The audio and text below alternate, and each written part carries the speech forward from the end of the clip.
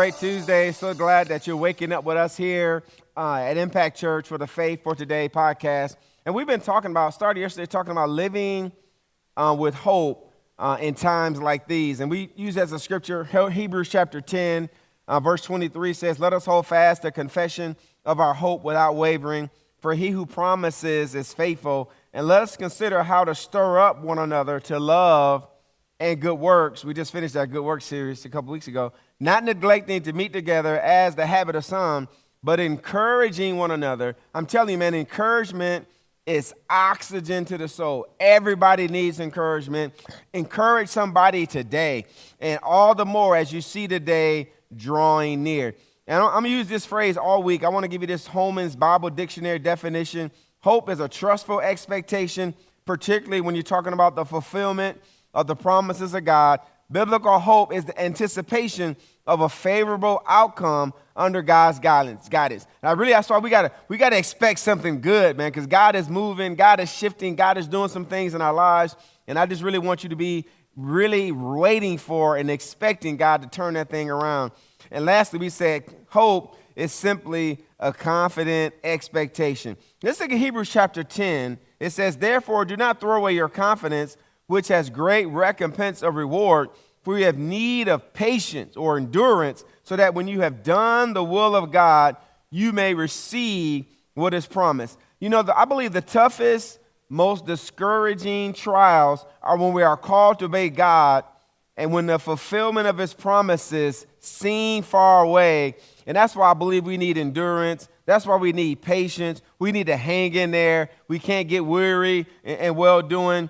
And so I believe we have to be really empowered to hope, empowered by God to have courage, empowered by a relationship with God to have this place where we can overcome fear of failure, fear of man, all the different kind of fears that are out there, and really overcome any kind of anxiety. We all face anxieties at different times, but we got to be empowered by God to understand that these things are really hindrances to us fulfilling the plan of God. You know, Ephesians 3 says this. It says, "For this I will bow my knees before the Father, from whom every family in heaven and earth is named, that according to the riches of his glory, he may grant you to be strengthened with power through his Spirit in the inner being, so that Christ may dwell in your hearts through faith, that you being rooted and grounded in love." I was talking about yesterday about that potted plant. We want to be rooted and grounded in God's love.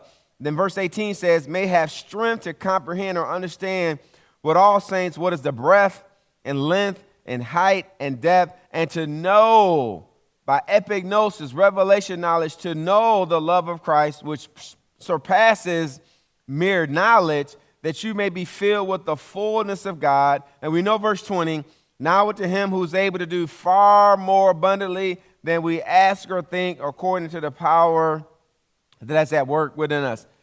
I found this quote yesterday. I couldn't make it better, so I'm just going to give it to you. Can we really comprehend the width and length and depth and height of God's love? To come to any understanding or the dimensions of God's love, we must come to the cross. The cross pointed in 4 different ways in every direction, because one, God's love is wide, enough to include every person. God's love is long, enough to last through all eternity. God's love is deep, enough to reach the worst sinner. And lastly, God's love is high, enough to keep us or to take us to heaven. Man, really, really good stuff. His love is wide. His love is long. His love is deep. His love is high. And God's not giving up on you. And don't you dare give up on yourself. In times like these, put your hope in Jesus. We love you guys. We'll see you tomorrow on the Faith for Today podcast. Enjoy your Tuesday.